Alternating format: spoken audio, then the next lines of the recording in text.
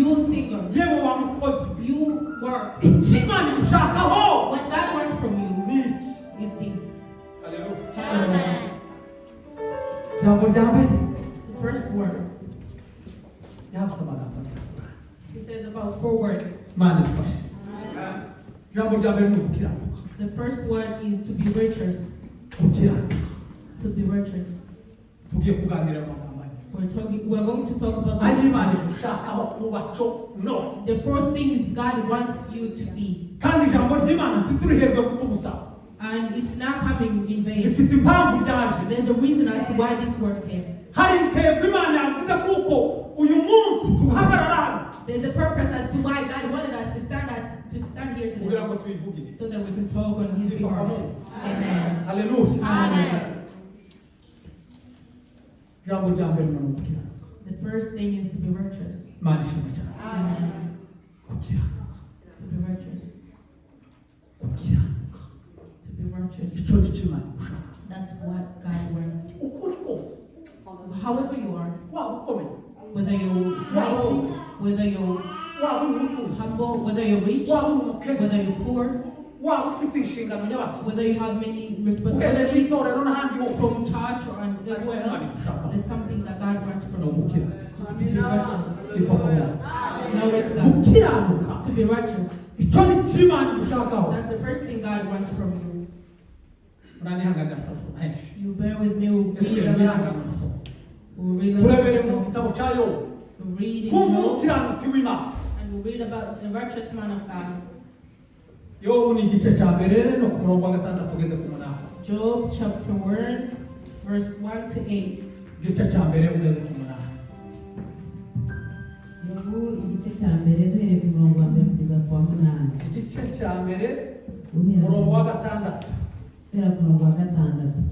Chapter 1, verse 6 to 8.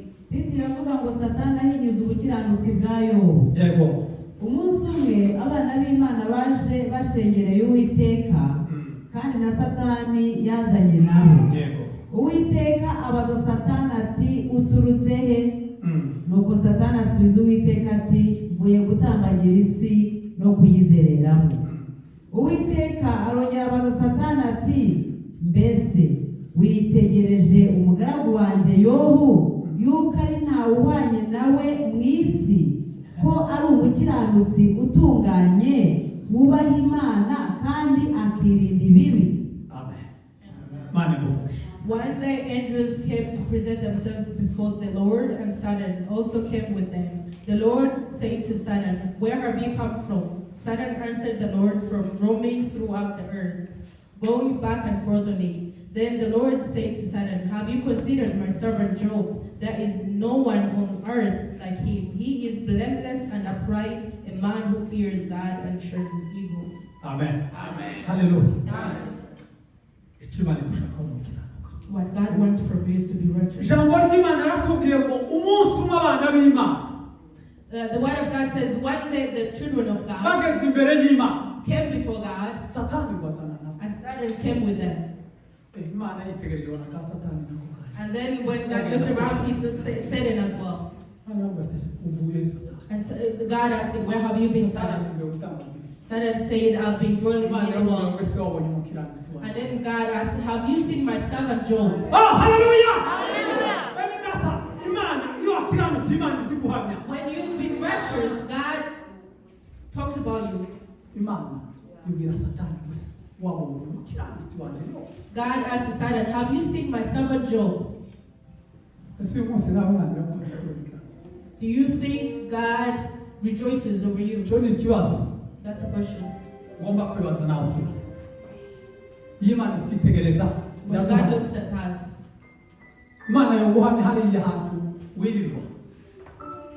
can God be proud of where you sleep or spend your days? Can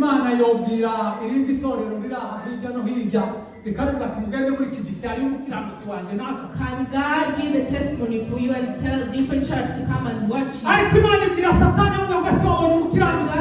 God told him, "Have you seen my servant Job?" And Satan stood ati firm. nta kindi ni biriya bintu wamuhaye n'abana agubwa neza. And he said, it's nothing else apart from the kids and Imana the wealth yamubwira you've kugira ngo blessed umenye him ko ari with. umukiranutsi. And God told him, for you to receive that Yewe gift, atazahinduka. it's not because of the things he had. Genda Go. ibyo byose ubikore uko ushaka. Do whatever you want with everything he ariko has. wowe wazosigara ari yowe. But you will not touch Job. Imana ishimwe cyane. Amen. Yobu umugabo wakirana. Job, a virtuous man of God. Imana iramuha. And God was Bene pleased. data Amen. tukiranuke muri iki gihe. Let's be righteous. Iki ni igihe cyo gukiranuka. This is the right to be righteous. Iki gihe ni igihe cyo kumva ijambo ry'Imana. This is the word to listen to the word of God. Tugakiranuka. And be righteous Imana and irategereza. upright. And when God looks at ukabona you, kurikirana. you will see his virtuous person. Umuturanyi wawe yakureba. And the neighbor, when they look at you, they see a virtuous person. Itorero ryakwitegereza. And when the church looks at you, Rikabona uri umukirana. they will see a virtuous person. Nicyo ni kimana gushaka. That's what God wants from you. Urubyiruko rwacu. Our youth, Iki ni igihe cyo gukirana. this is the time to be righteous. Dusirimbe. We dance, Dushaka amafaranga. look for money, Ariko tukirana. but be righteous. Hallelujah. Amen. Hallelujah. Amen. Ni igihe cyo gukirana. It's the time to be righteous. Ongera usome. Read again. Hallelujah. Imigani Proverbs 21 kuri 21. 21. Turacyari kuri ibyo yo kukirana. 21. Chapter 21, verse 21. Proverbs. Amen. 21. Amen. Ukurikiza gukiranuka n'imbabazi niwe uzabona ubugingo no gukiranuka n'icyubahiro. Amen. Whoever pursues righteousness and love finds life, prosperity, and honor. Umve nawe Listen to this. uwakiranukiye Imana The one who has been righteous, icyaza bacu what they become. kandi abiheshejwe n'Imana And it's given by God. kuko yayikiranukiye. Because the person has been righteous. Haratubwiye ngo ukurikiza gukiranuka It says the ones who pursues righteousness n'imbabazi and love niwe uzabona ubugingo finds prosperity and ndetse honor. no gukiranuka kongera And righteousness, n'icyubahiro. it's honor. Sifa kwa Mungu. Tusome Imani twende. Hallelujah. Mana tufashe. May God help us Kumva amagambo y'Imana. to hear His word. Ukurikiza gukiranuka. If you're righteous, Hano hari ibyo bitubwiye azawe. these are the few things you will receive. Ukurikiza gukiranuka n'imbabazi. If you're righteous, if you pursue righteousness and love, Niwe uzabona ubugingo. is the one who will receive life. Sifa kwa Mungu. Praise Jesus. Data nidukiranuka. If we are Ijambo righteous, ry'Imana yatubwiye mu ijambo rya mbere tuzabona the ubugingo. word of God tells us that we receive life. Namba muhaye mubona duterana ku manywa na nijoro. If you see that we have Ko Bible turashakisha day and ubugingo night, buhoraho. we're looking for the eternal Ubugingo life. bw'iteka The ryose. eternal life. Sifa kwa Mungu. Glory to God. Hallelujah. Amen. Yesu yaje kutubatura mu batagwira. Jesus came to set us free of our Kandi sins. akuduha ubugingo buhoraho. And He gave us eternal life. Birashoboka koko wabyibuza ubwo bugingo. It is possible that you may Ariko allow ijambo yourself to ry'Imana get yatubwiye eternal ngo life. nukiranukira Imana But the word of God says that if you're righteous, uzabona ubugingo. you receive the eternal life. Tumva ko wakiranutse tubonye ubugingo. Kandi ngo yongereho gukiranuka kandi. And Sifa kwa Mungu. prosperity. Bu abakiranutsi Righteousness people, ubuturo bwabo ni mu ijuru. their home is heaven. Ijuru ribamo abakiranutsi gusa. Heaven is the home of the Umunyabyaha righteous. atazogerayo habe na mba. A sinner will not get there. Uzabona ubugingo. You receive eternal life and prosperity. Mana ishimwe. Amen. Ubugingo. Life Kandi ngomba icyubahiro. and honor. Mana ishimwe. Praise Jesus. Nidukiranuka bene data. If you're righteous, Namba ushaka icyubahiro. if you want honor, Namba uzaba ufite inzozi zo kuzoba icura ico. if you feel like you have dreams about becoming Namba ushaka something, icyubahiro cya hano mu isi. if you have the worldly, Nukiranukira Imana udakurahiye. if you are a righteous full Uzakigeraho. person, you will get it. Ibyo ushaka kuba hano mu isi. Whatever you want to become in this world, Nukiranukira Imana. if you're a righteous person, Niwicisha bugufi. if you humble Ijambo yourself, ry'Imana yatubwiye ngo the word of God says, you Hallelujah. have honor. cyo mu isi cyo mu ijuru kimureba. You will receive both whatever it is on earth and in heaven if you were to. Sifa kwa Mungu. Hallelujah. Waracyamukira. That's a virtuous fool. Wavuze ko tuvuga kuri. We'll talk about 4 things. Tugiye kuca kabiri. We're going about the second thing. Gukunda kubabarira. Love forgiving. Gukunda kubabarira. To love forgiving. Icyo muri kimana gushaka. That's what God wants from you. Ni kimana gushaka. That's what God wants from Kubabarira. us. To forgive. Ni icyo. That's it. Nitutababarira. If we do not forgive, Cyacubaye. the Nabwa honor, bugingo. the eternal life, Ntukabitegereze. do not expect it. Ntabwo udakunda kubabarira. If you do not love forgiving. Twarabanyabyaha. Twarabo kurimbuka. We were sinners meant to be destroyed. Kuva umunsi Adamu acumura Since the day Adam akica itegeko sinned ry'Imana and disobeyed God agacumura, and sinned, uwo munsi habaye ikintu gikomeye hagati y'umuntu n'Imana. a great thing happened between God and human person. Imana iravuga ngo And God said, ubwo wanze kumva since you can't listen, no gupfa you will even die utumvira Imana. disobeying God. Tugiye ku ijambo ry'ejo. I'm returning to the word of yesterday. Naho ndakwara kuba ngo tuvuge. It was about obeying God. Bene data, nitutababarira If we do not forgive, tuzapfa. we will die the bad. Ariko Yesu yaradukunze aratubabarira. But God has loved us and forgiven us. Dutungishijwe n'imbabazi za Kristo. We are only here by the mercy of Tubeshejweho God. n'imbabazi za Kristo. We survive because of the mercy of God. Kubera ko ukunda kwandi ukabarira ko tubabarira. Why do you love to be forgiven but you do not forgive? Ijambo ry'Imana tuvuga tukunde kubabarira. The word of God says that we should love to forgive others. That's what God wants Icyo from Imana us. igushakaho. That's what God wants from us. Bene data soma ibyakozwe n'intumwa. Read from Acts.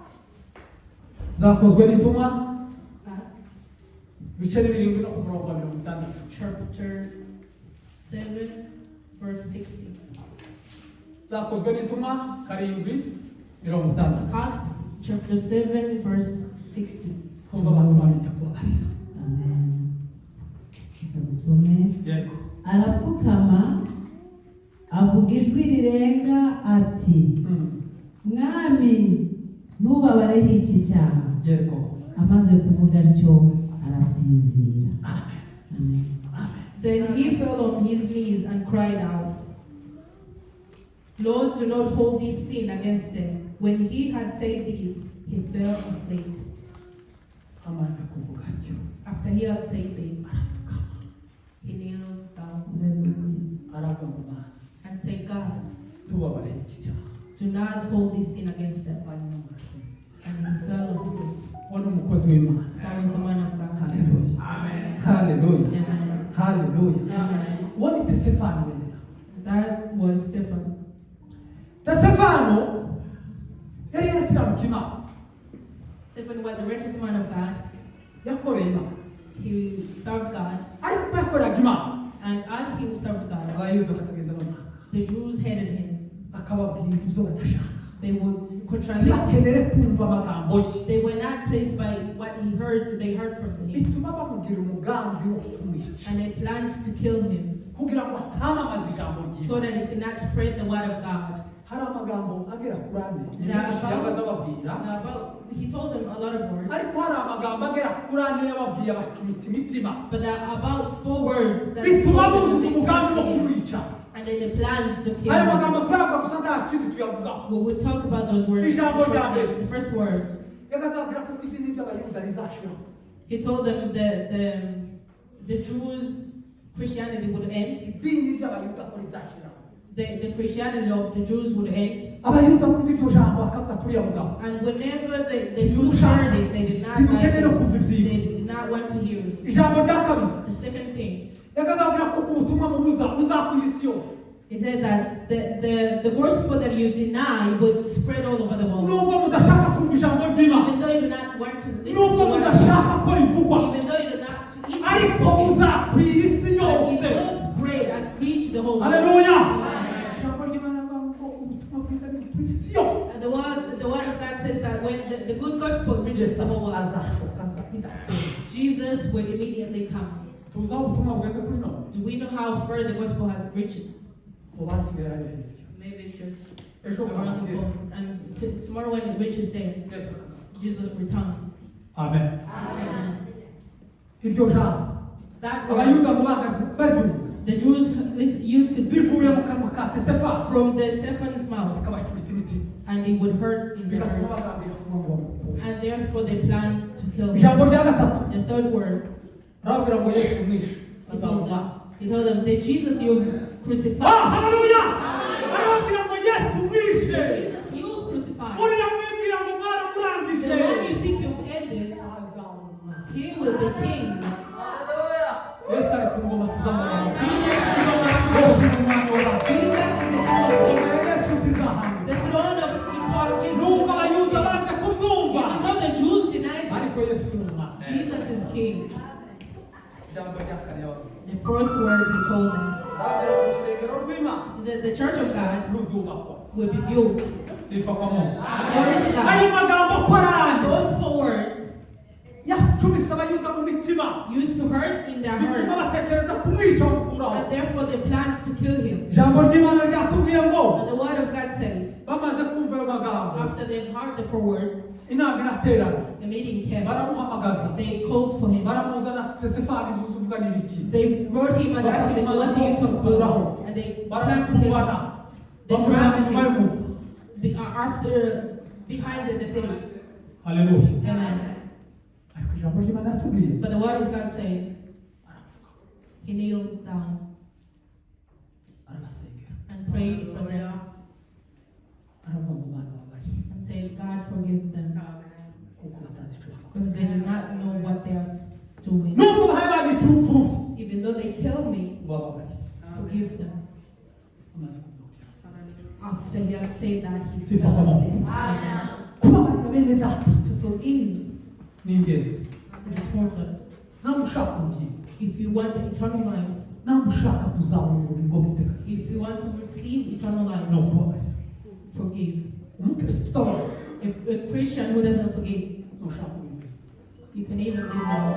Ntabwo umutima wawe utarakubwira kubabarira mugenzi wawe, If your heart has never convinced you of the forgiving icyaha people, ukakibika ukabika icyo mugenzi wawe yagukoreye, and you hold grudge to whatever your friend has done, ukakibika umwaka ukaza ubundi a year ukaza comes and goes and another comes, kandi waje mu nzu y'Imana and you are coming to the house of the tuzi Lord. umunsi wawe, You do not know your day. hoba ari none, It could be today, hoba ari ejo. it could be yesterday, tomorrow. Babarira. Forgive. Ijambo ry'Imana yatubwiye ngo tubabarire. The word of God says Iki forgive. ni igihe cyo kubabarira. It's the time to forgive. Iki ni igihe cyo kubabarira It's bene the data. time to forgive. Ni igihe cyo kubabarira mugenzi It's wawe. the time to forgive your brother. Twagiriwe ubuntu, We've received grace. twababariwe ku buntu. We've been forgiven for nothing. Amaraso ya Yesu yaje gukuraho ibyaha. The blood of God, Jesus came to Umuririmbyi yaravuze wash ngo us. yatubonyeho amaraso, The singer ngo said, ataza ducira urubanza, ahubwo ngo adatwita abakiranutsi. whenever he looks at us with things, he does not condemn us. You have the sign of blood. Iyo Imana ikwitegereza ubona amaraso, Whenever God looks at you, does he see the blood of Jesus? Does he see the blood of Jesus? ayo niyo yaje kutubatura. That's what set us free. Ayo niyo yaje kudukuraho. That's the blood that washed away our sins. Umuririmbyi aravuga ngo ngiki cyambo cy'amaraso. And the singer said, this is the blood.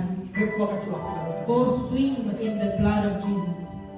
Ngiki cyambo cy'amaraso ye, wiwemo wamutiniwe, ketubanga kiwasigaza, katuhagiwe. Hallelujah! Ngiki cyambo cy'amaraso ye, Here is the pool of blood, Jesus' blood. wiwemo wamutiniwe. Fall into it. Ntacyo wasigaza uhereye ku ino ukageza mu ruhuriro. From the head to your toes, go under the blood of Jesus. Go under the blood of Amaraso Jesus. ya Yesu ni ay'agaciro. The blood of Amaraso ya Jesus Yesu is ni the meza blood. ahora. It says it's free. Amaraso ya Yesu adakuraho The ibyaha. blood of Jesus washes away our Babazi sins. twaziherewe umuntu bene We data. receive Natwe tugomba kuzitanga and we imbuto. have to forgive. Nta kiguzi na kimwe akeneye. There is no sacrifice. Ariko that icyo Imana is needed. ishakaho ni But ukubabarira. what God needs from you is to forgive. Stefano aravuga ngo babarire Stephen said, forgive them kuko batazi icyo bakora. because they do not know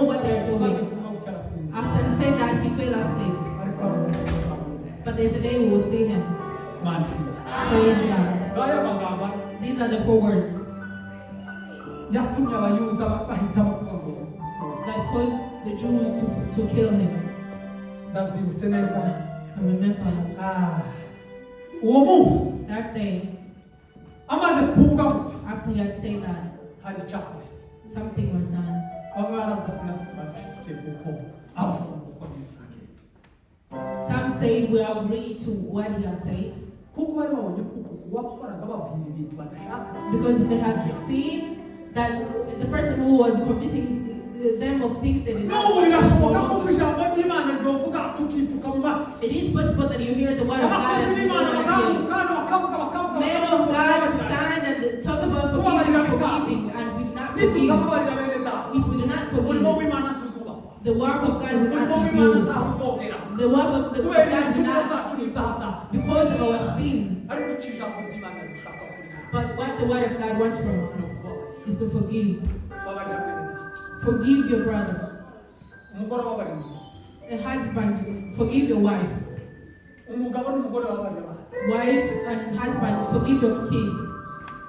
dusubire hariya mu gitabo cya Luka. If you go back to twibutse umwana w'ikiraro. the book of Job, of Luke, yabwiye Sara amubwira ati mpa umugabane wanjye. remember about the kid who said, give me my inheritance. There's There's no point of staying here. ntibyanje. Give me everything that is ise mine. barabimuheza. And the father gave him, aragenda arabitwara. and he took everything. aja kubyicana. And he abikoresha wasted ijambo it. ry'Uwiteka.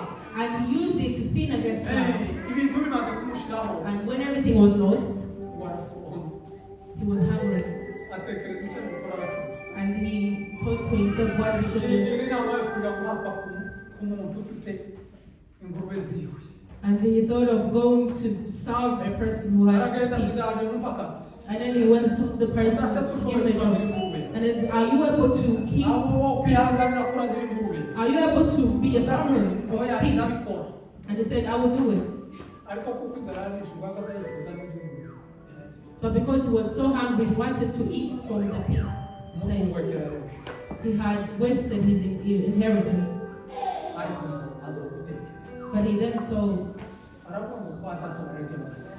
and say, at my father's house they eat and even have some rest of them. And he said, let me return to my father's house and ask for forgiveness. He journeyed. He journeyed and went. agitunguka hariya When he came from the gates, isaramu the father saw him. aravuga ati nguriya. And I said, there he comes. umwana aramubwira ati data The father told the son, ntibikwiye gusa kwita umwana. it's not okay for me to be still be called your ntibikwiye son. kongera kwita umwana wawe. I do not deserve to be called your ahubwo son. ndaje mubwire umugaragu. But make me your lowest servant.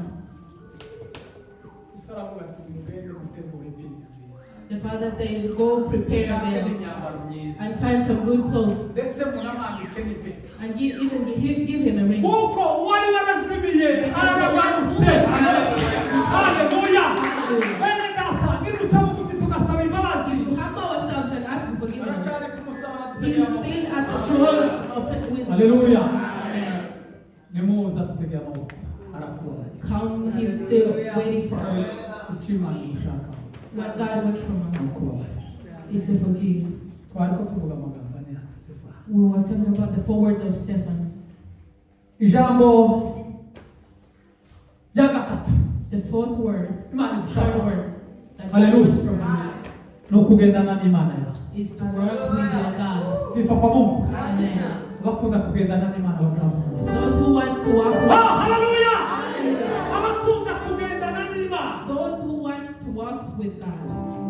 babona Imana.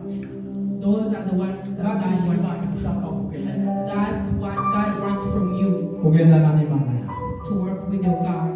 Imana idufashe. God help us. dusome mu gitabo cy'imigani. We are going to read in Proverbs. kugendana n'Imana yawe. Working with your God.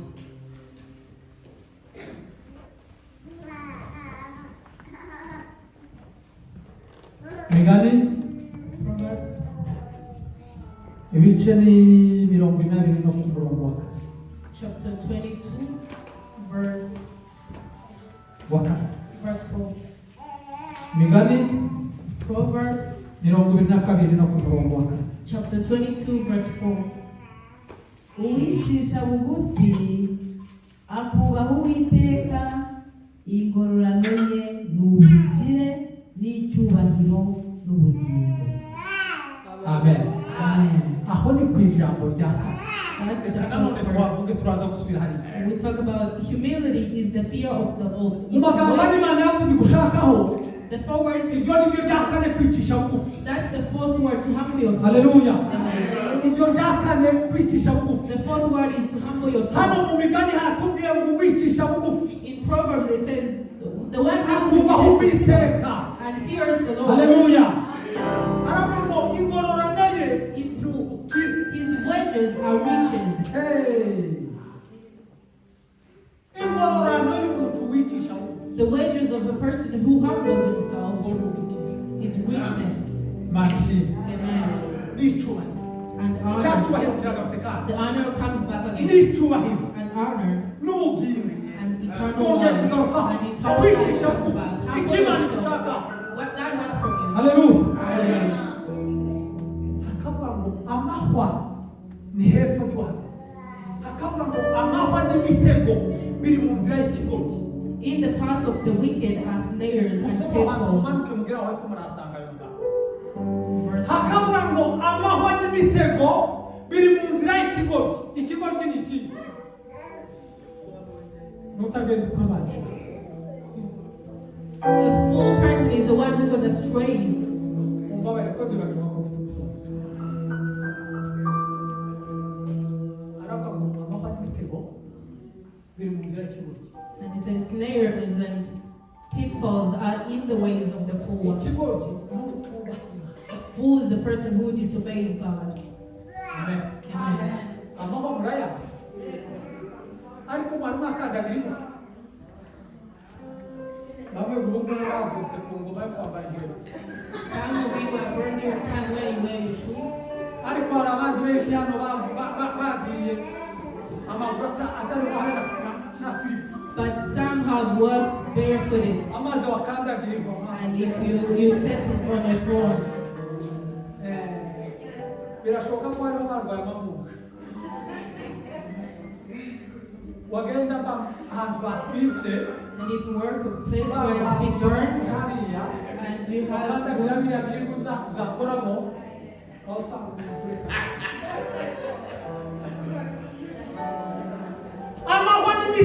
thorns and pitfalls are in the ways of the fool. If you disobey God, you are a fool. And in your way, there's thorns and pitfalls, and they will hurt you because you disobeyed God. Praise God.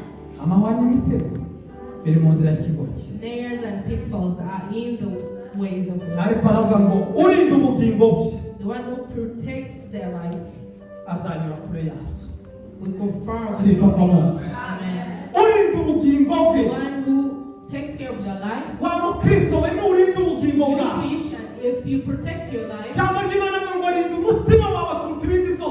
word of God says guard your heart more than anything else, because the eternal life comes from your heart.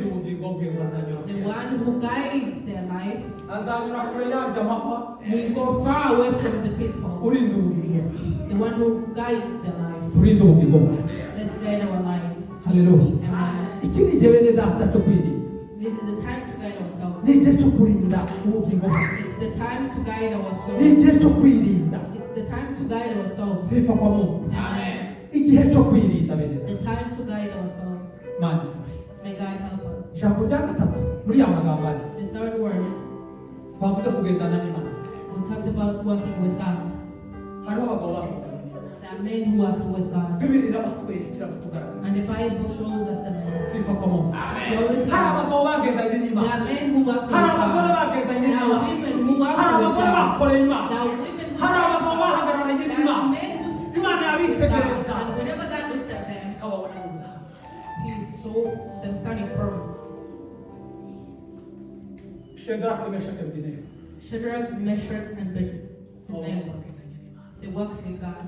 bari barakundiye gucana They had been taken away from the bagenda ari country iminyago and they were ariko ntibasize imana yabo but they did not leave their God. bagendanye n'imana They yabo walked with their God.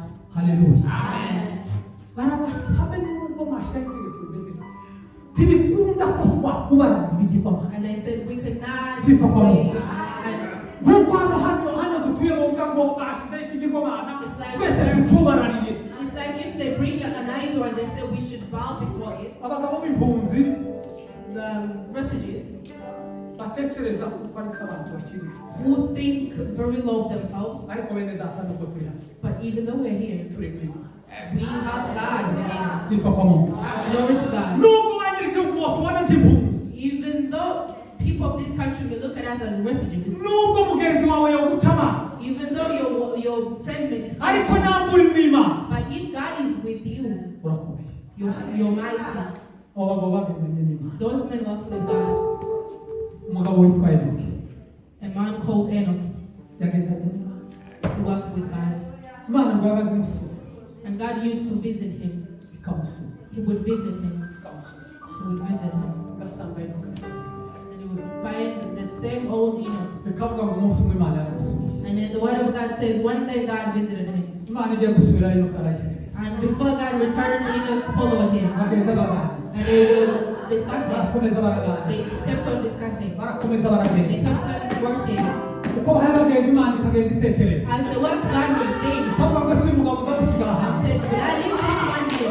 haleluya Imana ngo iramwimura God, baragenda barajana they were going together kubera ko yagendanye n'Imana because he walked with God. kubera ko yakoze ibyo Imana ishaka God, he has done the will of kubera God. ko yaciye bugufi Because he will humble kubera ko himself. yamenye kubabarira Because he forgave. kubera ko aturasha Because ibigirwamana he did not pray for idols. God took him. sifa kwa Mungu Glory to God. bene data tukeneye Brethren, we need to walk with God. dukorane To work with God. Imana ni kwitegereza If God looks at you, ikubona gukora ibyo ishaka let him see his will in you. icyo Imana igushaka What God wants from you, turashoboye we're about to end, no gukunda kubabarira is to love forgiving others. sifa kwa Mungu Amen. watanga imfura yawe Can you give your firstborn imbuto yo mu nda yawe the fruit of your womb ukayivuga ku cyaha cy'ubugingo bwawe to pay for your sin kugira ngo Imana ikubabarire so that God can forgive you? It's not possible. Imana iravuze ngo ntibizoshoboka It's not possible. ijambo ry'Imana ritubwira ngo ntibizokunda The word of God says it's not ntabwo possible. utekereza uzaja mu ijuru If you think that you can go to heaven utarakora ibyo Imana igushakaho before doing the will of God, ntibizakunda it won't happen. mu ijuru hazaje abakiranutsi The righteousness one are the ones who will go to Imana heaven. ishimwe cyane Praise God. wa data mu ijuru And our Father is ijambo in ry'Imana heaven. rigiye kudutegura ibyiza cyane The word of God says that He went to kugira prepare ngo for us hazaba natwe tuzabe so that we will live with Him. bene data twifuza kuja mu ijuru Let's desire to go in heaven. twifuza kuba mu ijuru Let's desire to be in heaven. muri kiriya gice cya kabiri In the chapter 2, yaravuze ngo bazabona ishami it said that they will see troubles. bazabona ishami They will see troubles. abagambirira gukora ibyaha Those who plan to do evil. ndetse ngo bakabikorera ku mariri yabo And they do it in their beds. iyo bukeye bakabikora And in the morning they sin. bazabona ishami They will see troubles. bagambirira gukora ibyaha Those who plan to do evil. twirinde icyaha n'igisa n'icyaha Let's protect ourselves from sin and everything that is icyo sin. Imana idushakaho bene What data God wants from us ni ugukunda kubabarira is to love, to forgive, ni ukugendana n'Imana is to walk with God, ni ugukiranuka is to be righteous, ni ukwicisha bugufi is to humble ourselves. ayo magambo ane Those are the 4 words uyazirikane to keep in your heart. uhereye none From today, utangire wipime start measuring yourself. wibaze kuri iryo jambo ry'Imana Ask yourself about the avuga word. ngo ese amagambo Imana ishakaho Say, these words that God wants from us, wants from it, man. ndayafite Do I have it? Imana niyitegereza irayambonaho Whenever God looks at me, do I have His will? mugenzi wanjye nanitegereza If arayambonaho a friend looks at me, do I have the words? n'iryo jambo It's your time. cyo gutekereza ku bugingo bwawe to think about your life. ni igihe cyawe It's your time cyo gutekereza ku buzima bwawe to think about your time. Hallelujah. Your life. haleluya ni igihe cyawe It's our time. bene da twumvire ijambo ry'Imana Let's listen to the word of God. Imana ishimwe Praise God. twumvire ijambo ry'Imana Let's listen to the word of God. kutumvira ijambo ry'Imana ni ubuhaye To disobey the word of God is umugabo witwa mukristo ari mu gitabo cy'umugenzi um, mukristo a Christian man. mu gitabo cy'umugenzi iyo dusoma amagambo ya mukristo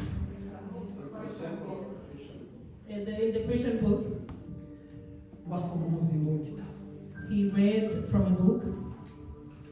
asoma igitabo He read a book, wagisomye and after reading it, ngo kimubwira ko ku mudugudu atuyemo the book told him that the city he lives in will be destroyed. kuri ayo iburimo That during that night, the city will be ijambo ry'Imana amubwira ngo utazaribuka And the word of God told him, Go aragenda away so that you may not die. abwira umugore n'abana ati ndasoma iki gitabo kibwira ko hano And he told his wife and kids that the book told me that this city is none about to be tugiye destroyed. tutazaribuka So we have to go away before we die.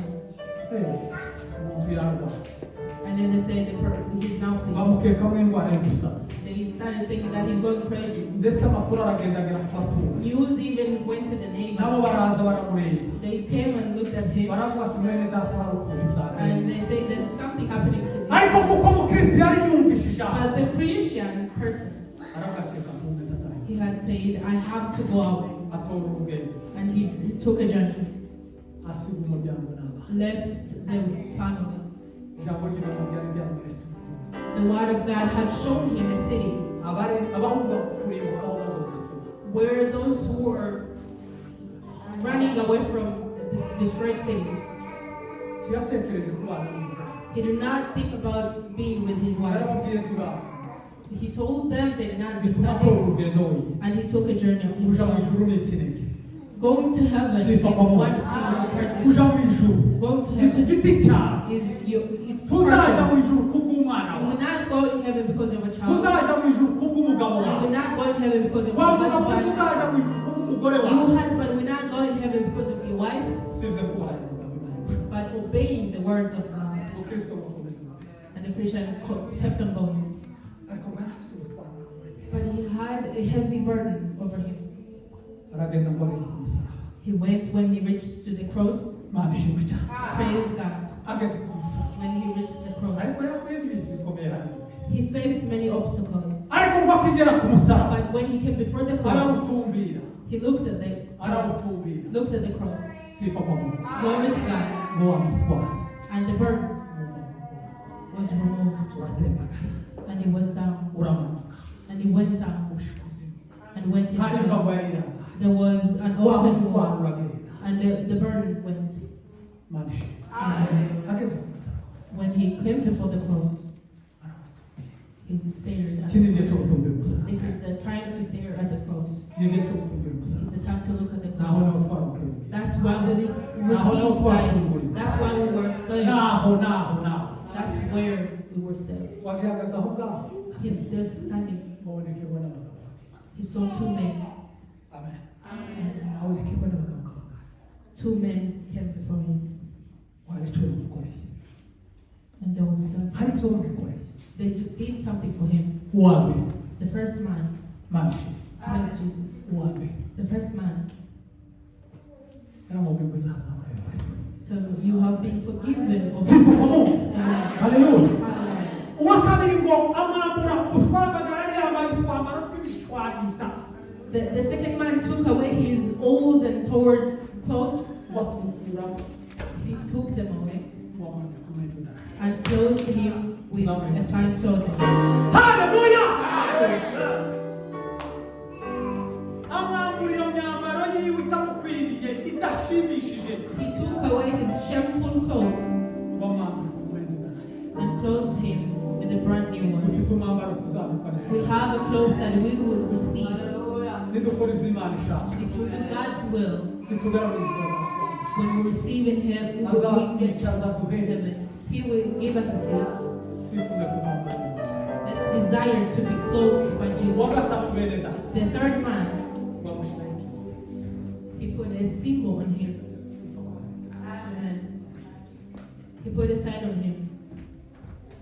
twifuze kuba abakristo, Wish to be Christians. twifuze kuzabona Imana, Let's desire to see God. dukore ibyo Imana ishaka. Let's do God's will. Waba warakoze ibyo Imana idashaka, You might have done what God doesn't want. waba warakoze uzangwa n'Imana. You might have sinned against God. Icyatumye upfuza ni uko Adamu yanze kumvira Imana. The reason why death came is because Imana Adam yamubwiye disobeyed ngo God. nurya kuri iki giti God had told him, if you eat from this no tree, gupfa uzapfa. even death, you will die. Eva ntiyumva ibyo basezeranye. Eve did not understand, Satani araza aramushuka arasoma ararya. and the devil convinced her to go and Ngo bamaze take the kurya, food. And after eating, ntibibuka rya jambo Imana yavuze ngo nimukora kuri iki giti no gupfa muzapfa. they did not remember the word where God told them, if you eat from this food, you will Bamaze die. kurya barambukira. And then they were naked. Ati turashize. And then they were, Ese agiye kuza mu kanya asanga bimeze bityo. he's coming in a while. Barahunga. And then they went away. Imana ije And when God was isanga bambaye came, ubusa. found them Imana naked. yigirira imbabazi. God is Ijambo merciful. ry'Imana rizavuga ngo ibaremera imyambaro w'impu irabambika. The word of God says that He created clothes for them out of animals' skin. Because God is merciful, Yongeye kubambika. He clothed them again. Iyo ushaka kubareka, If He wanted to leave umuntu them, abaye nk'inyamaswa nk'izindi. a man would have become like any other animal.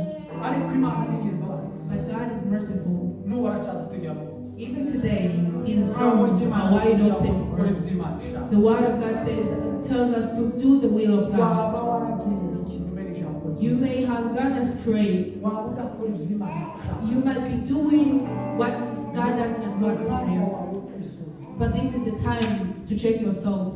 Iyo baravuga ngo hika by'ubigo kubizanisha. Ndetse n'ubushobozi. Yo, Job, aravuga ngo hinga mpimirwe ku minzani iresha. that I have to be measured Ngo ndebe kuko ntateshutse. to see that I haven't gone astray. Ararahira. And he swore Aravuga ngo nisanga narateshutse. and said, if I have done Ngo nisanga hasabu undi.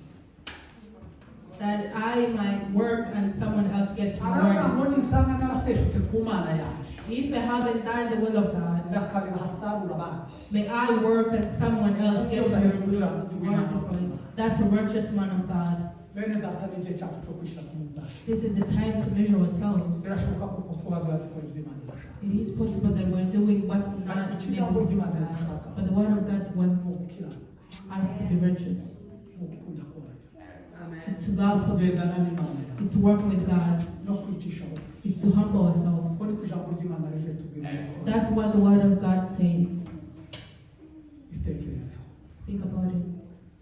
Namba hari umuntu akora icyo ijambo ry'Imana ryamubwira. If you feel like the word of God is telling you something, Namba hari umuntu ukunda kubabarira wenda Satani akakurusha imbaraga. if you're a person who loves forgiving, Namba hari but umuntu said, udakunda kubabarira.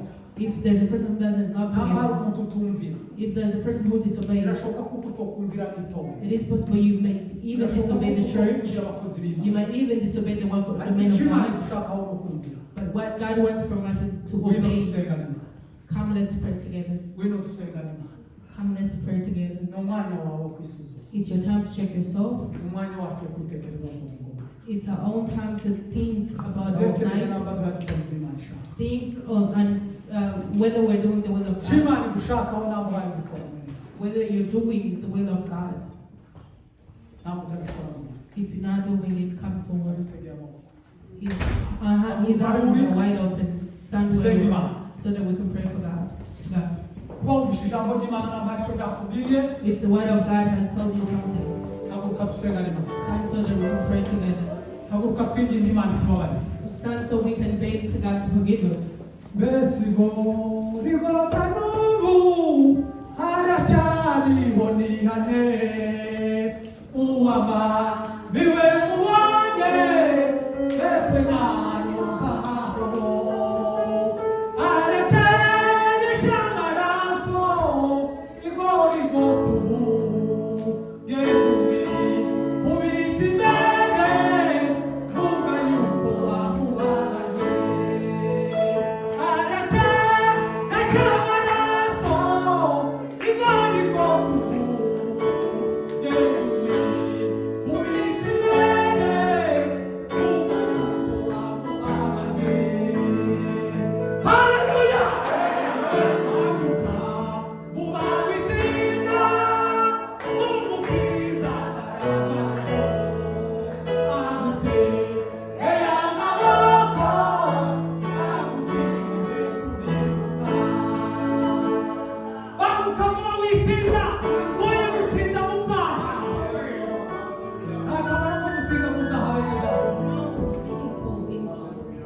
iki ni igihe cyo kwihana ibyaha